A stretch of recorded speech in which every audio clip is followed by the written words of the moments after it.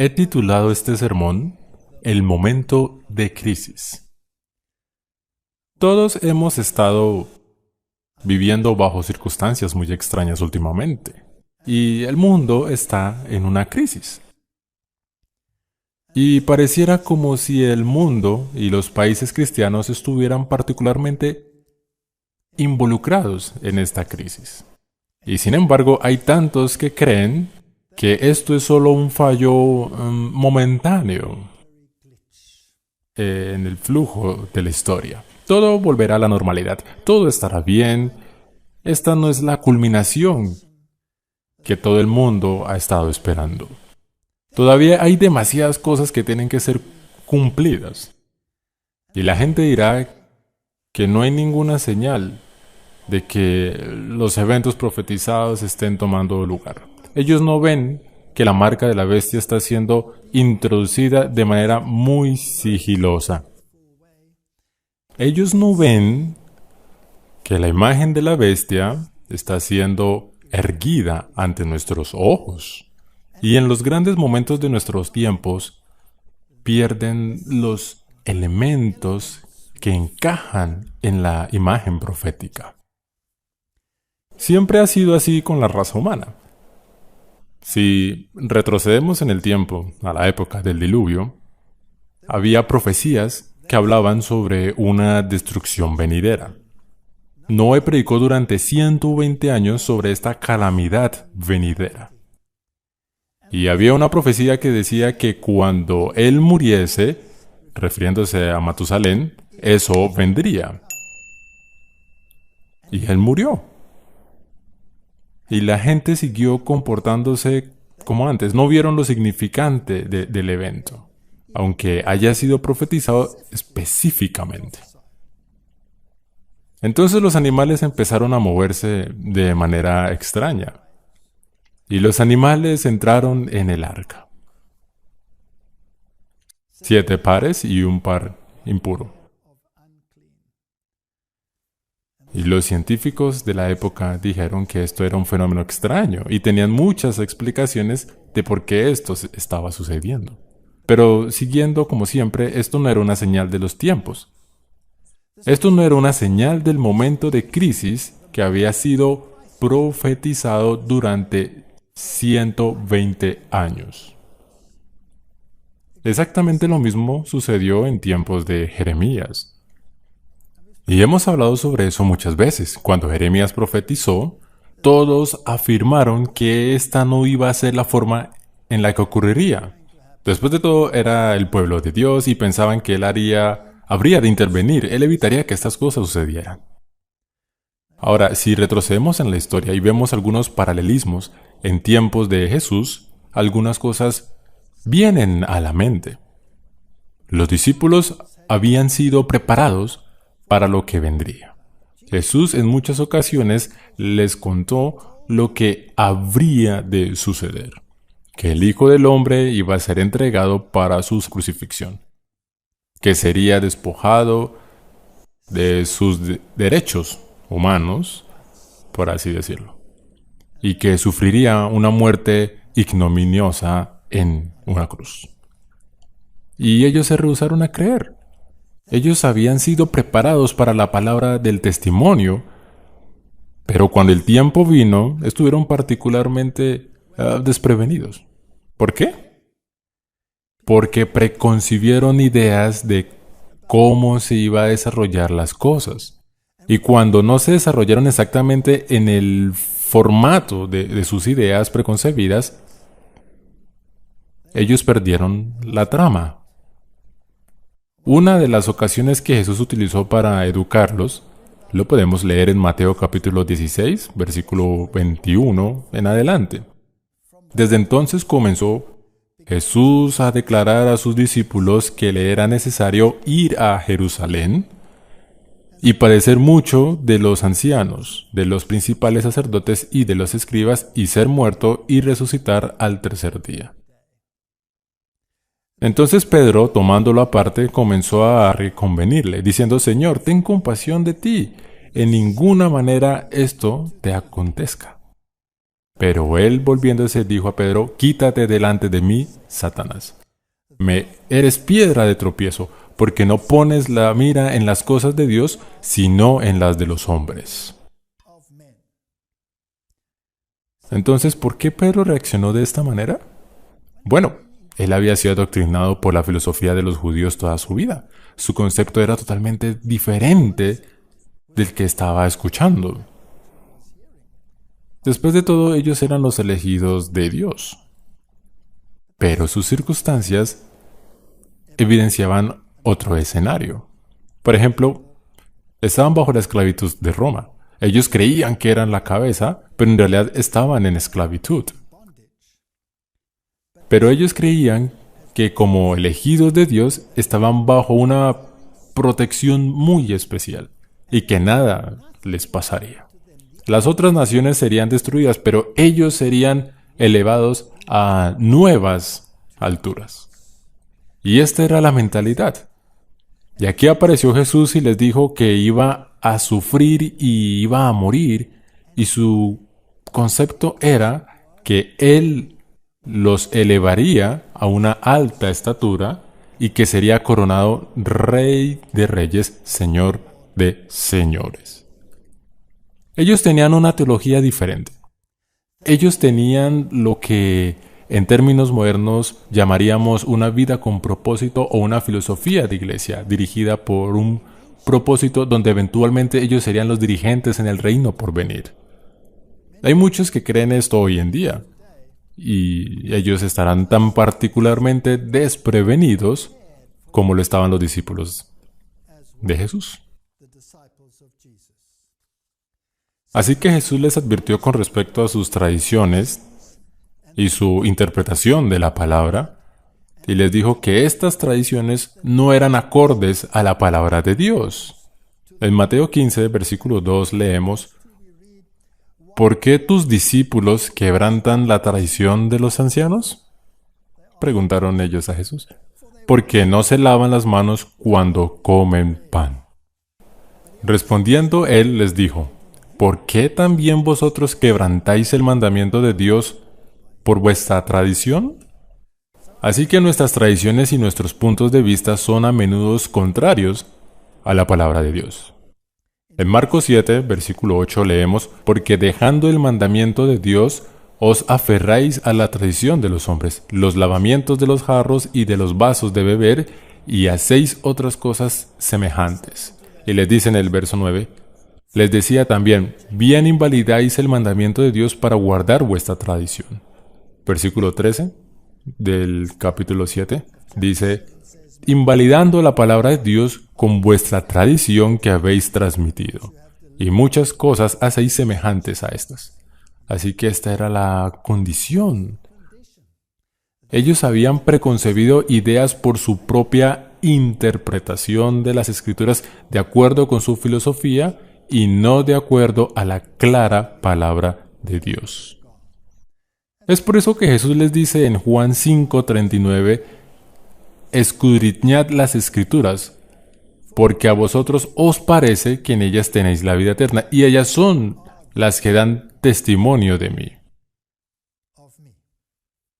Nosotros solo tenemos una fuente de inspiración,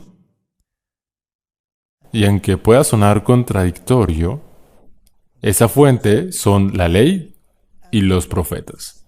Esa es la fuente a nuestra disposición. Y esta ley y los profetas, la Biblia y los primeros 5 libros de la Biblia, la Torá y lo que los profetas han dicho hasta el fin de los tiempos, es nuestra fuente de inspiración. Y tienen que estar en armonía con esos 5 primeros libros de Moisés. Isaías 8:20.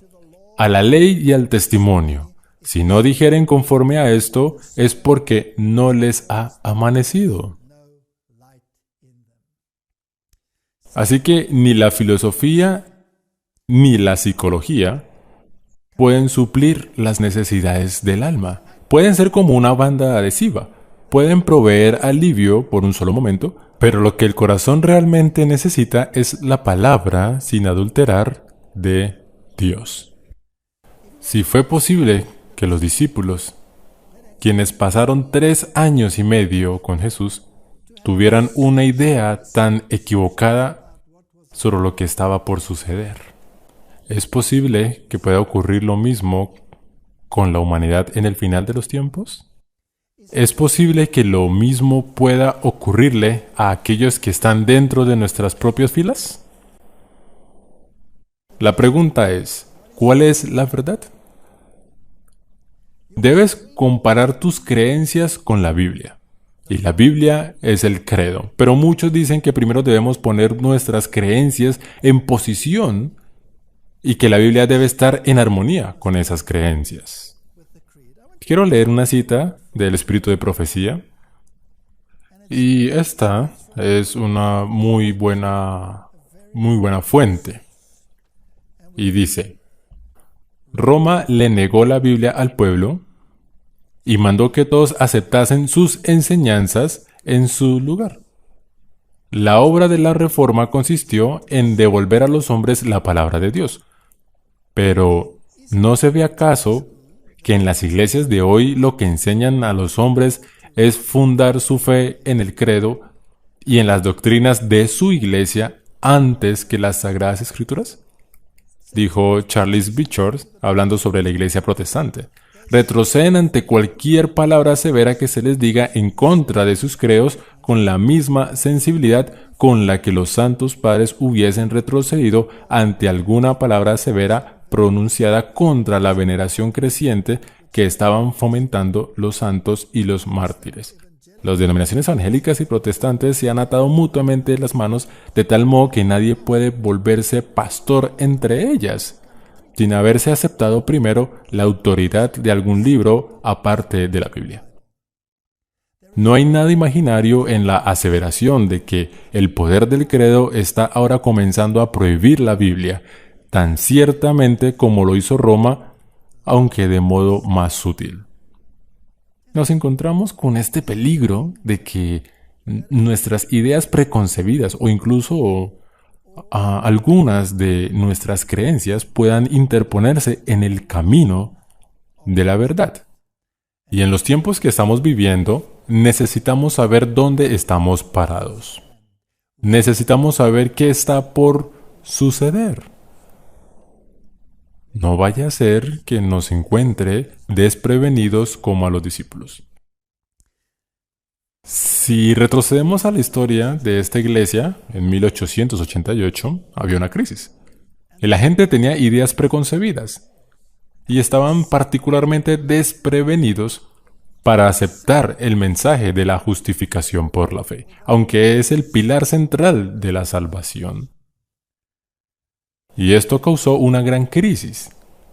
Y Dios tuvo que posponer los mismísimos eventos que hubiesen llevado a la gran proclamación del mensaje final a la humanidad. Porque el pueblo de Dios en sus mentes y en sus corazones no estaban preparados. Ahora, si vamos a los tiempos de Jesús y observamos el momento de la entrada triunfal, ¿qué habrá pasado por la mente de los discípulos? Recuerden que Jesús les dijo lo que iba a suceder. Él les dijo que iba a ser entregado para ser crucificado. Y aquí Él está montado en un pollino y la multitud lo aclama y están dispuestos a hacerlo rey. Seguramente lo que Jesús les había dicho se les escapó de la mente. Se les escapó de la mente. Veían las circunstancias, las cuales estaban en armonía con su teología, y perdieron por completo el punto hacia dónde iban y lo que estaba por suceder. En aquel fatídico día, cuando Jesús entró a Jerusalén, ¿se regocijaron los escribas y los fariseos? La respuesta es no. Lo reprendieron y le dijeron que reprenda a sus discípulos. Entonces Jesús les dijo que aun si ellos no estuvieran gritando, las mismas piedras clamarán. Entonces trataron de tenderle una trampa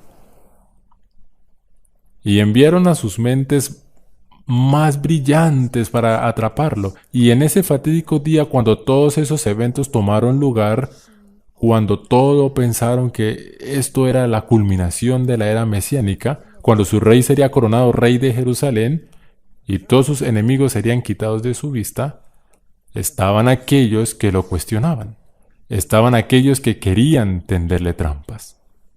Y entonces él limpia el templo. ¡Qué situación! Por segunda vez, él limpió el templo. Y ellos se dispersaron fuera del templo con su dinero y sus animales. Se habían ido. Entonces él se sentó y enseñó a la gente. Y los niños se acercaron y se sentaron en su regazo. Y los pequeños reían y todo estaba en calma y paz. Eventualmente esos fariseos y escribas volvieron al templo y se molestaron al escuchar las risas y el golpeteo de los pies de los niños. Y nuevamente apareció el odio en sus mentes. Entonces Jesús los reprendió.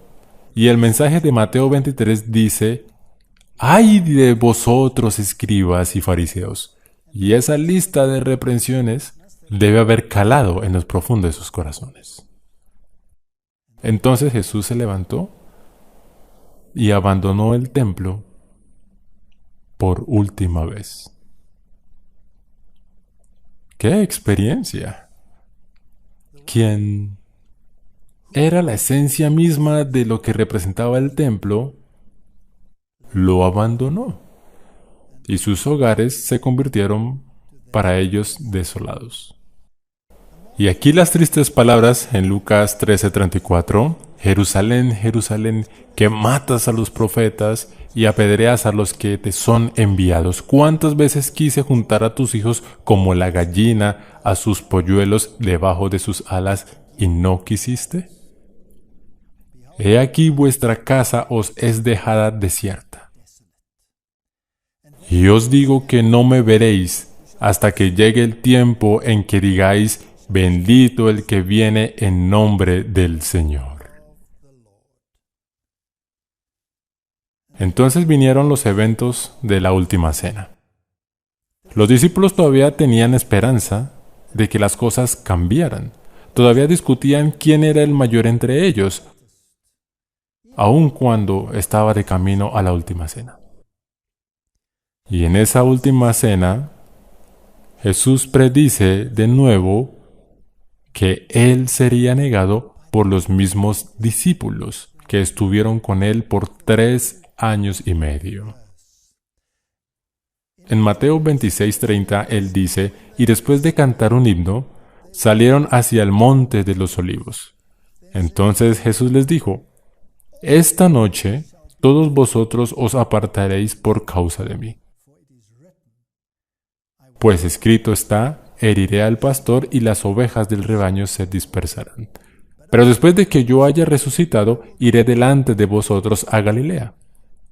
Entonces Pedro, respondiendo, le dijo: aunque todos aparten por causa de ti, yo nunca me apartaré. Jesús le dijo: en verdad te digo que esta misma noche, antes que el gallo cante, me negarás 3 veces.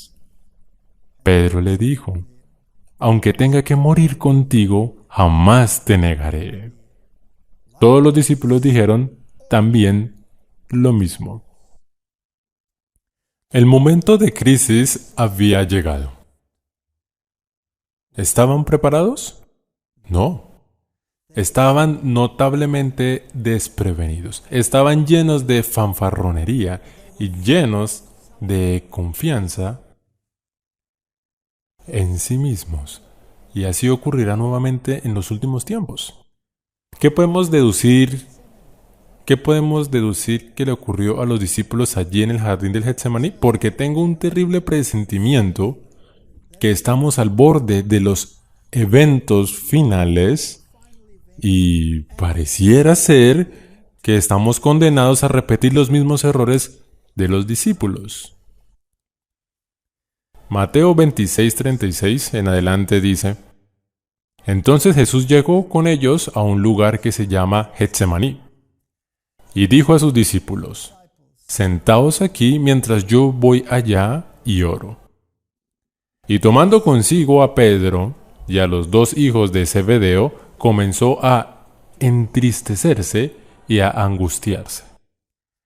Entonces les dijo: Mi alma está muy afligida, hasta el punto de la muerte. Quedaos aquí y velad conmigo. Noten esas palabras: velad conmigo.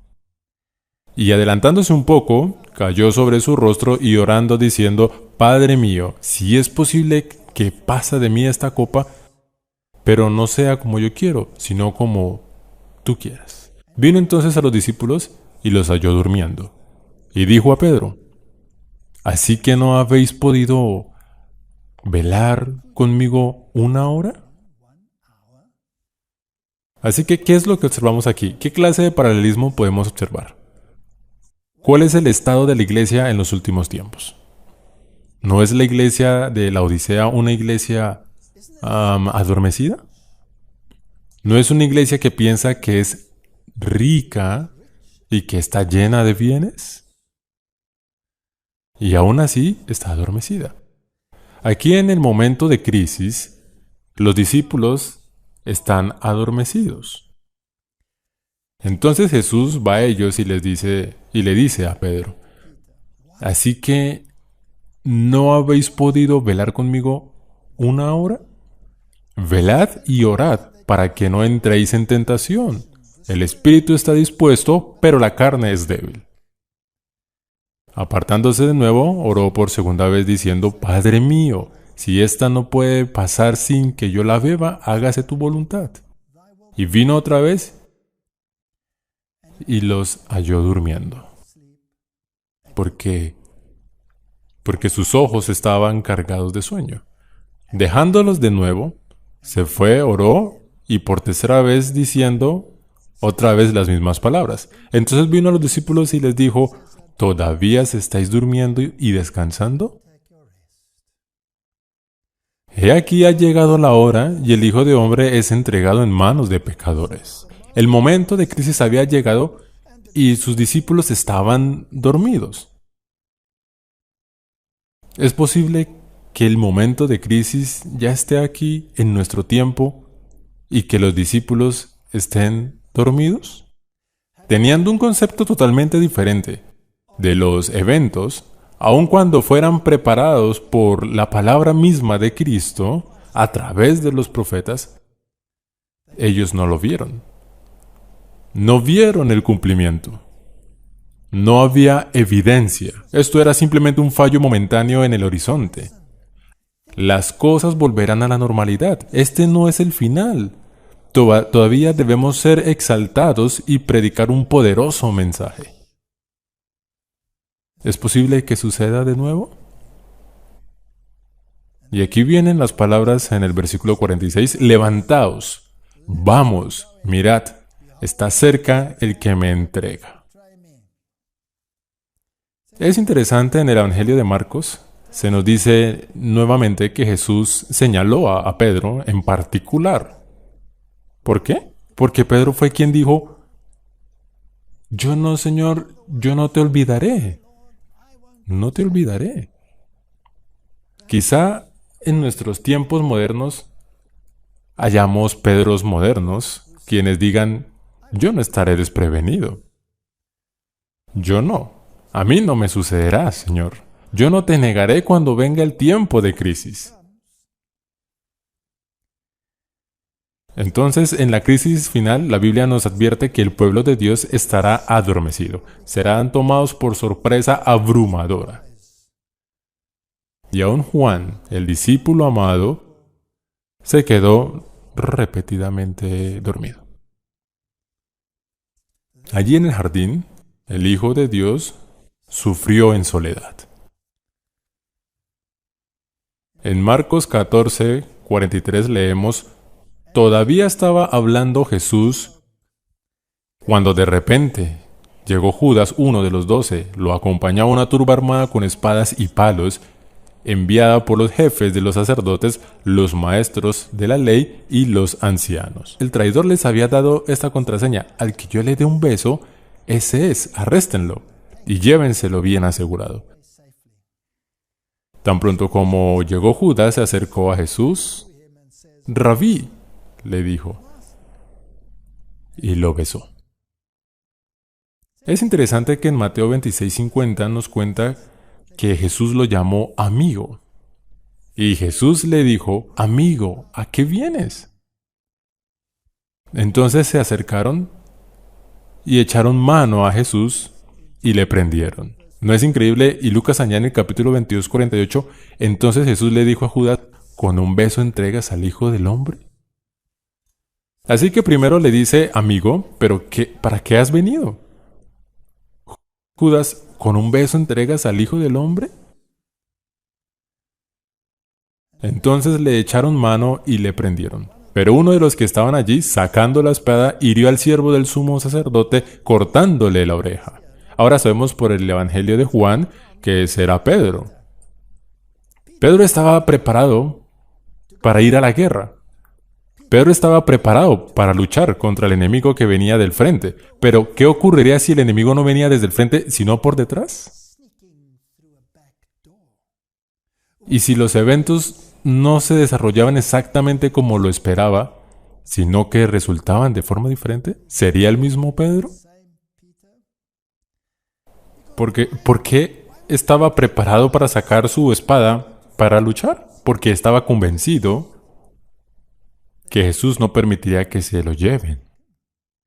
Él estaba convencido de que Jesús desplegaría su poder y los haría caer, y cuando cayera, él pensó: este es el momento en que Jesús va a tomar la corona y mostrar su poder. Pero cuando estas personas se levantaron y avanzaron, eso cambió la situación totalmente. La narrativa en su mente era discordante. Algo estaba mal. Hoy en día damos por hecho que las cosas malas no le ocurren a las personas buenas. Pero cuando sí ocurren, perdemos la confianza en Dios. Hay aquellos entre nosotros que dirán: Dios se encargará. 1000 caerán a tu izquierda y 10,000 a tu derecha, pero a ti no te llegará. Esa promesa es para el tiempo de las plagas, después del cierre de la gracia. Esa promesa no es para el tiempo anterior al cierre de la gracia. Sí, Dios protegerá a su pueblo. Sí, Dios puede proteger a su pueblo. Pero Dios también permitirá que ocurran ciertas cosas para hacer que su verdad sea prominente. Y si en Cristo perdiéramos la vida, será solo por un momento. Es un abrir y cerrar de ojos. Seguro, Él no permitirá que se lo lleven. Seguramente los eventos finales no vendrán por la puerta trasera, sino que serán de acuerdo a nuestra expectativa. Se sintieron desilusionados e indignados al ver que ataban con cuerdas las manos de aquel a quien ellos amaban. Y lo siguiente, cuando él se sometió a esta horda de personas, fue que los discípulos se dispersaron y huyeron, y todos lo abandonaron. Esas son palabras terribles. Y si las aplicamos a nuestros tiempos, ¿es posible que suceda lo mismo? Todos lo abandonaron y huyeron. Y cuando volvieron en sí, Pedro y Juan lo siguieron a la distancia. Esta es una historia muy interesante, porque creo que se puede aplicar a los tiempos en que vivimos. Pedro y Juan le siguieron a la distancia. Y cuando llegaron al lugar del juicio, Juan llamó a la puerta, y la puerta se abrió. Y los sacerdotes lo reconocieron como seguidor de Jesús. Sabían quién era. Y sabían que era un seguidor de Jesús, pero Pero entonces pensaron, si dejamos entrar a este joven, recuerden que él era tan solo un joven, quizás cambiará de parecer acerca de su tan proclamado Mesías, cuando vea que su tan proclamado rey es puesto a prueba. Y luego se dará cuenta de que solo es un impostor. Así que el sacerdote le dijo, puedes pasar. Y entonces les dijo, ¿puede entrar también Pedro, mi amigo? Y dejaron entrar también a Pedro. ¿Cuál fue la diferencia entre lo que ocurrió con Pedro y lo que ocurrió con Juan? Juan entró y ellos sabían quién era. Y él no pretendió ser alguien más. Y eligió un lugar apartado donde pudiese ver los eventos. Pero no pretendió ser nadie más que un seguidor de Cristo. Pedro tomó un camino diferente. Él presuntuosamente tomó su lugar en la fogata, porque era una noche muy fría, donde todos los que se burlaban estaban ubicados, y fingió ser uno de ellos. Así que se unió a la multitud. Y eventualmente uno de ellos lo reconoció y le dijo, ¿no eres tú uno de ellos? Y él lo negó. No, no lo conozco, mujer. Así que ocultó su verdadero carácter. No quería ser reconocido. Y asumiendo un aire de indiferencia, se situó en suelo enemigo. Además de esto, Pedro estaba sorprendido y enojado porque Jesús se humilló y a sus discípulos al someterse pasivamente a tal trato. Él estaba fingiendo. Y cuando fue acusado nuevamente, él lo negó con una maldición. No lo conozco. ¿Cuál fue la diferencia? Pedro estaba fingiendo. Y cuando le dijeron, seguramente eres uno de ellos, porque eres Galileo, y tu habla concuerda con ello. Y con esto Pedro se enfureció, y para engañar completamente a quienes lo cuestionaban y para justificar el personaje que había adoptado, negó a su maestro con maldiciones y juramentos, e inmediatamente el gallo cantó por tercera vez. Entonces se volteó y vio esa mirada que lo devastó. Y salió corriendo afuera y lloró amargamente. Entonces, ¿dónde cayó Pedro? Asumió un personaje que no era el suyo. Fingió ser uno de ellos. ¿Hay algo que podamos extraer de esto? ¿Cuál fue su primer error? Si miramos hacia atrás. Su primer error fue que estaba durmiendo. Estaba durmiendo. Y Jesús sabía que si Pedro en particular hubiese estado despierto y hubiese visto por lo que Jesús estaba pasando, si hubiera visto las gotas de sangre caer a través de la piel de Jesús, quizás hubiese despertado y dicho, este es el momento de crisis. Después de todo, Jesús les pidió que orasen con él. Y le dijo, Pedro, ¿duermes? ¿Duermes? ¿No has podido velar una hora? Así que su primer problema era que estaba dormido. Todos lo estaban.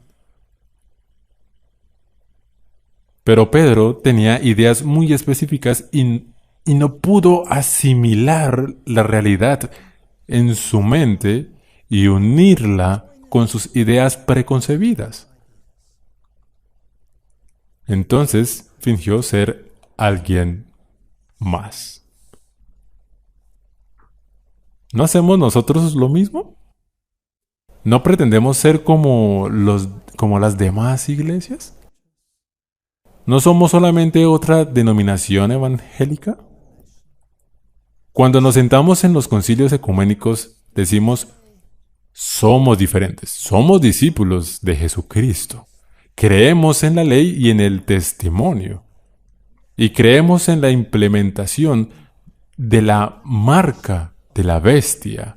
Y quisiéramos advertir a todos contra esto. O pretendemos, por el bien del momento, ser exactamente e iguales a los demás. Juan se sentó a un lado. No se preparó o pretendió ser alguien más. Y tal vez nosotros deberíamos hacer lo mismo. No deberíamos pretender ser algo que no somos. Nosotros tenemos un llamado específico. Y el momento de crisis ha llegado. ¿No es triste que Jesús hallara tan poco consuelo en ese momento de crisis? Y me pregunto, ¿cuántos en nuestra iglesia estarán para consolarlo?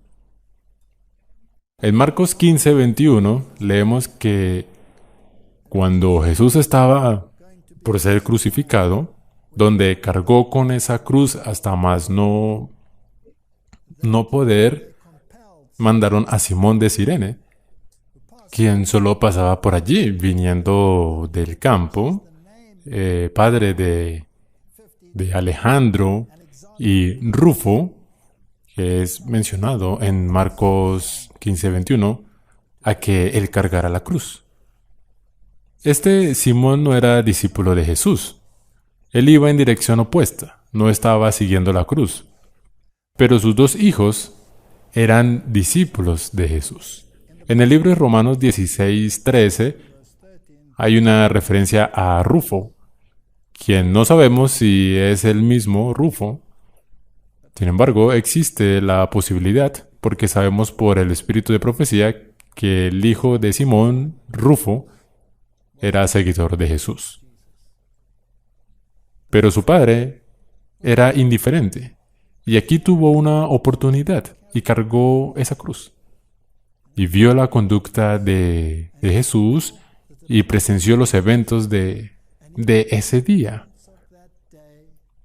Y al ver la actitud de Jesús y las palabras que hablaba, cuando vio la oscuridad que cubrió la tierra y vio el terremoto, se convenció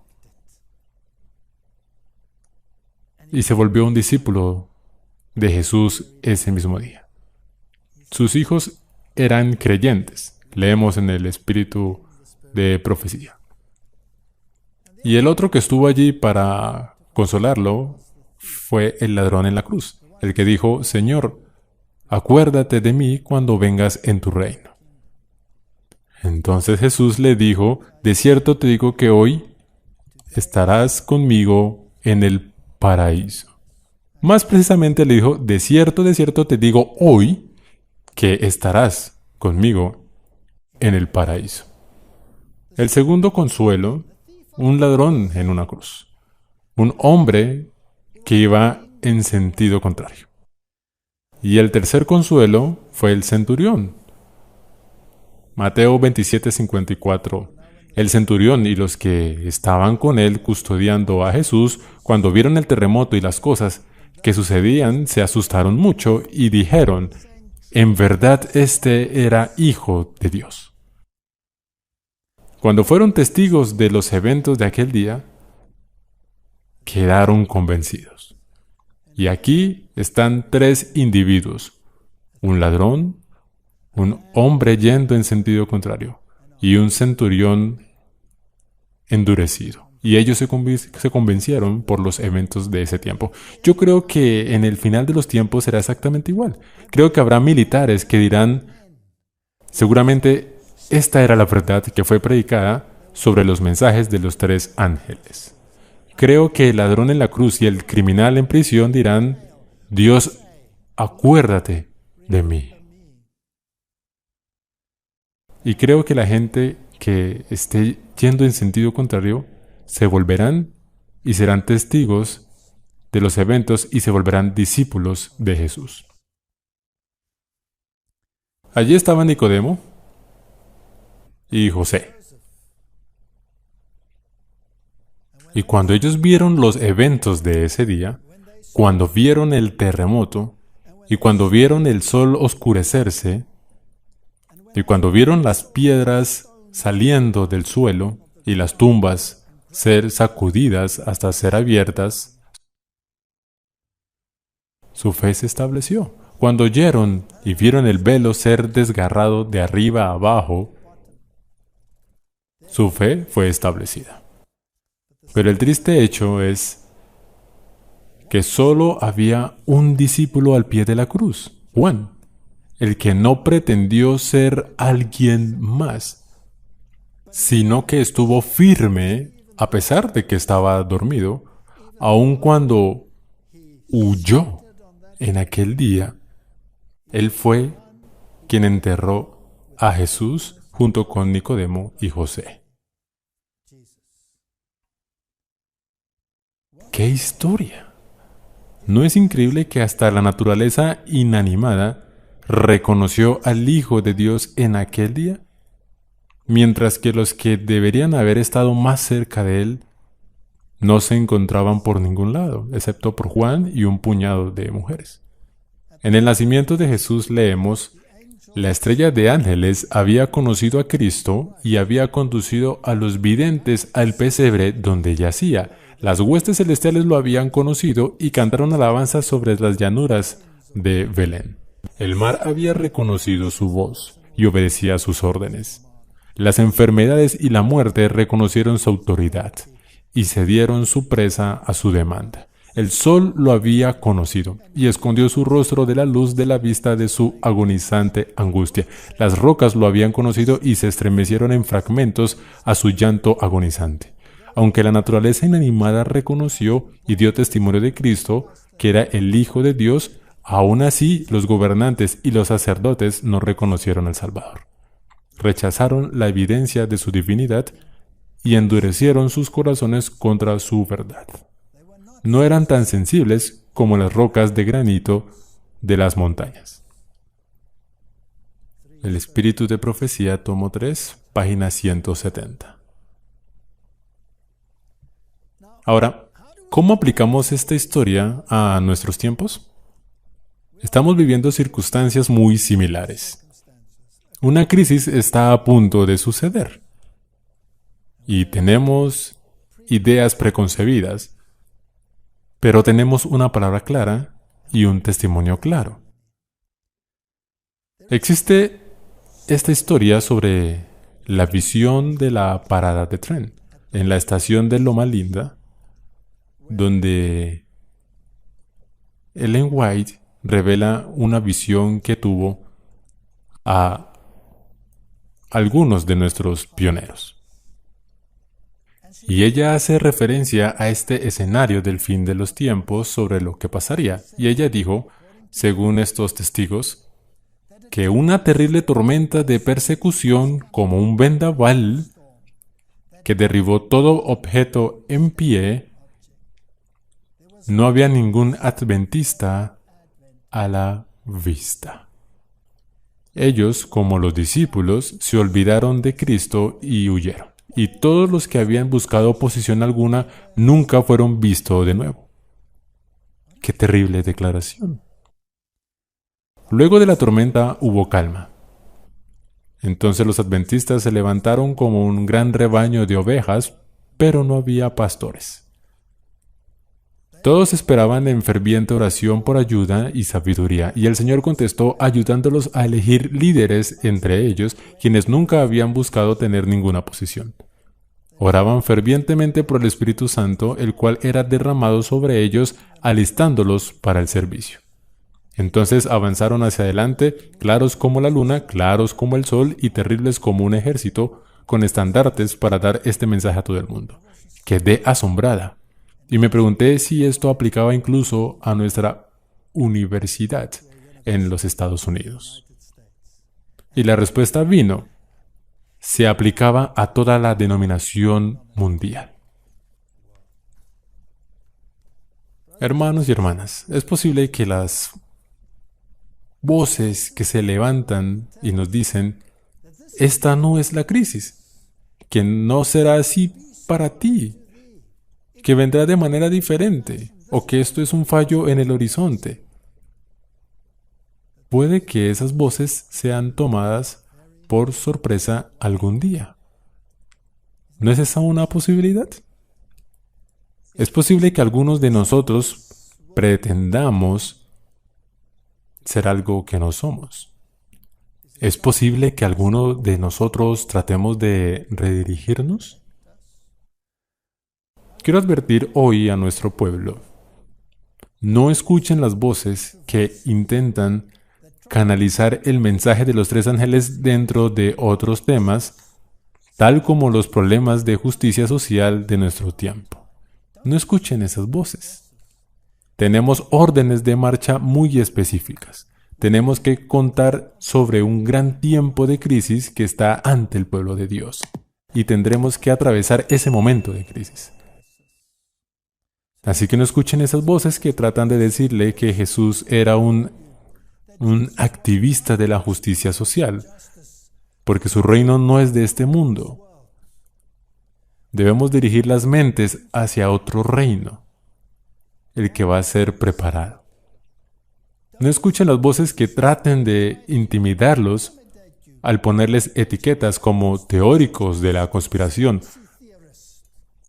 radicales de derecha u otros eslóganes, o aquellos que predican a cualquiera que predique el mensaje de los tres ángeles. No los escuchen. No escuchen las voces que traten de decirles que los pioneros de esta iglesia estaban desinformados e influenciados por los prejuicios de la época. No los escuchen. No escuchen las voces que traten de decirles que Roma ha cambiado o que no es lo que los reformadores decían que era, es decir, el anticristo.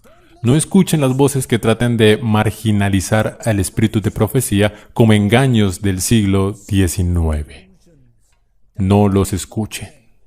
Dicen que los eventos no han ocurrido.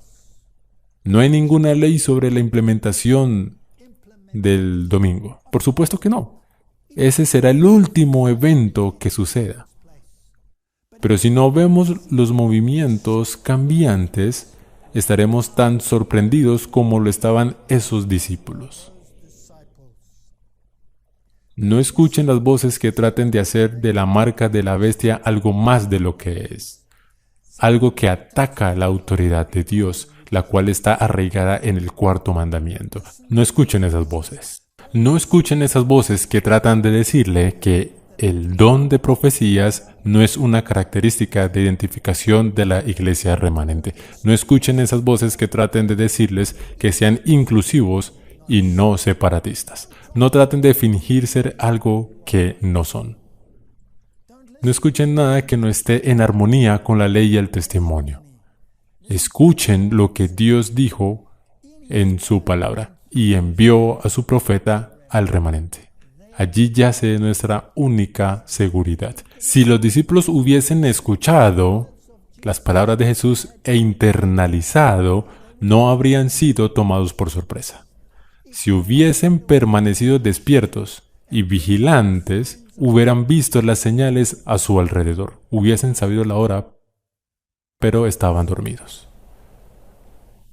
Hebreos 6:3. Pero Cristo, como hijo sobre su casa, la cual casa somos nosotros, si retenemos firme hasta el fin la confianza y el gloriarnos en la esperanza.